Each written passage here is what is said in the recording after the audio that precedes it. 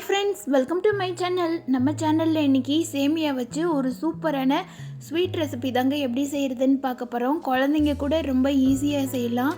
Beginners கூட செஞ்சிங்கன்னா அவ்வளவு சூப்பராக வருங்க. இதோட டேஸ்ட்டு நான் சொன்னால் புரியாது. நீங்கள் ஒரு முறை செய்து பாருங்கள், அப்போ தான் இதோட டேஸ்ட்டு எப்படி இருக்குன்னு சொல்லிட்டு தெரியும். அந்த அளவுக்கு ரொம்ப டேஸ்ட்டாக இருக்குங்க. ஒரு முறை செய்திங்கன்னா அடிக்கடி செய்வீங்க. வாங்க இந்த டேஸ்டான ஸ்வீட் ரெசிபியை எப்படி ஈஸியாக செய்கிறதுன்னு பார்க்கலாம். இதுக்கு ஒரு பேன் எடுத்துக்கோங்க. அதில் கொஞ்சமாக நெய் சேர்த்துக்கலாம். நெய் சேர்த்துட்டு சேமியா இந்த மாதிரி நல்ல மெல்லிசான சேமியாவாக வாங்கிக்கோங்க. நான் இன்றைக்கி 200 கிராம் சேமியா எடுத்துருக்கிறேன். நல்ல பெரிய பெரிய சேமியாவாக வாங்கினீங்கன்னா இந்த மாதிரி 1-2 உணுக்கி விட்டுட்டு அதை நெய்யில் நல்ல கலர் சேஞ்ச் ஆகிற அளவுக்கு வதக்கிக்கோங்க. நெய் ஊற்றி நல்லா வதக்கும் போது சேமியா நல்லாவே வதங்கி வருங்க. இந்த மாதிரி ஒயிட் கலரில் இருக்கிற சேமியா இந்த மாதிரி ஒரு கோல்டன் கலரில் வரணும். அப்போ தான் சேமியா நல்லா வதங்கிருச்சுன்னு அர்த்தம். இப்போ இதுக்கு தேவையான அளவு சர்க்கரை சேர்த்துடலாம். சுகர் ஒரு 100 கிராம் அளவு நான் சேர்த்துருக்குறேன். இதெல்லாத்தையும் சேர்த்து நல்லா மிக்ஸ் பண்ணி விட்ருங்க. உங்களுக்கு ஸ்வீட் எக்ஸ்ட்ரா பிடிக்குன்னா நீங்கள் இன்னுமே கூட சுகர் சேர்த்துக்கலாம். இது கூட ஒரு 100 கிராம் அளவு பால் சேர்த்துக்கோங்க. அதாவது 100 ml பால், காய்ச்சின பால் காய்ச்சாத பால் எது வேணாலும் சேர்த்துக்கலாம்.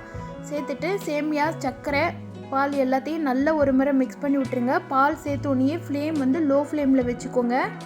இந்த பால்லையே சேமியா ஒரு அரைவாசி அளவு நல்லா வெந்து வரணும்.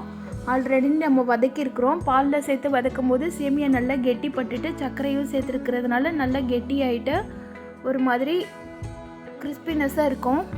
அந்த அளவுக்கு நல்லா வதங்கி வரணும். பால்லையே சேமியா வேகட்டும். நல்லா மிக்ஸ் பண்ணி விட்டுடுங்க. மிக்ஸ் பண்ணி விட்டு லோ ஃப்ளேமில் வச்சுருங்க. வச்சுட்டு ஒரு லிட் போட்டு மூடி வச்சுருங்க.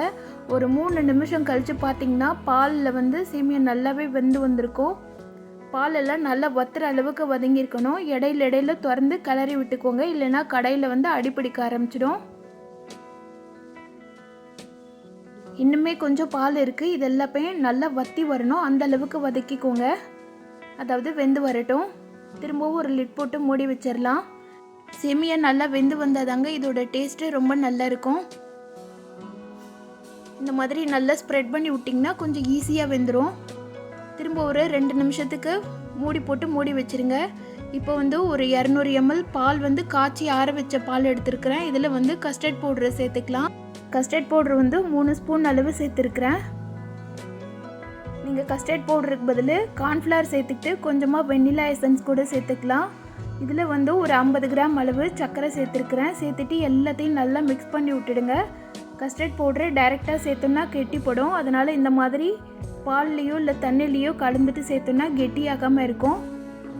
நீங்கள் ஸ்டவ்வில் வைக்கிறதுக்கு முன்னாடி இந்த மாதிரி சர்க்கரை, கஸ்டர்ட் பவுடர் எல்லாத்தையும் நல்லா மிக்ஸ் பண்ணி விட்டுடுங்க. இப்போ பார்த்திங்கன்னா சேமியா நல்லாவே வெந்து பாலெல்லாம் வற்றி வந்துருச்சு. நான் சிம்மில் வச்சதுனால கரெக்டான ஸ்டேஜில் இறக்கிட்டேன். நீங்கள் பார்க்காம விட்டிங்கன்னா பற்றிரும். அதனால் பக்கத்துலேயே இருந்து பார்த்து இடையில திறந்து விட்டுட்டு கிளறிக்கிட்டே இருங்க. அப்போ தான் உங்களுக்கு கரெக்டாக பால் வற்றி வர ஸ்டேஜ் தெரியும். அப்போ தான் கரெக்டாக இறக்க முடியும். இப்போ இதை ஒரு பக்கம் ஆற வச்சிடலாம். இப்போ நம்ம ரெடி பண்ணி வச்சுருக்கிற பால் அண்ட் கஸ்டர்ட் மிக்ஸை ஸ்டவ்வில் வச்சுக்கோங்க. ஸ்டவ்வில் வச்சுட்டு லோ ஃப்ளேமில் வச்சு கிளறிக்கிட்டே இருங்க. கைவிடாமல் கிளறுங்க. இது கொஞ்சம் நேரத்துலேயே நல்லா திக்காக ஆரம்பிச்சிரும். நீங்கள் கிளறாமல் விட்டிங்கன்னா அடியில் ஒட்டிட்டு திப்பியாக நிற்க ஆரம்பிச்சிடும். அதனால் கைவிடாமல் கிளறிக்கிட்டே இருங்க. அப்போ தான் ஒரே ஈவனாக மிக்ஸ் ஆகி வரும்.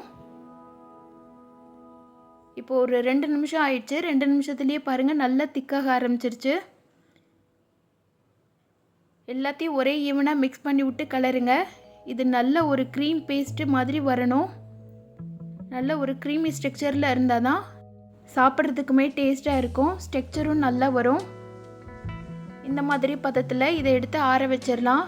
இப்போ இது மாதிரி ஒரு அகலமான பிளேட் எடுத்துக்கலாம். இதில் ஃபஸ்ட்டு ஒரு லேயர் சேமியா போட்டுக்கலாம். நம்ம ஆற வச்சுருக்கிற சேமியாவை இந்த மாதிரி கொஞ்சமாக எடுத்துட்டு கொஞ்சம் கூட கேப் இல்லாமல் நல்லா ஸ்ப்ரெட் பண்ணி விட்டுடுங்க.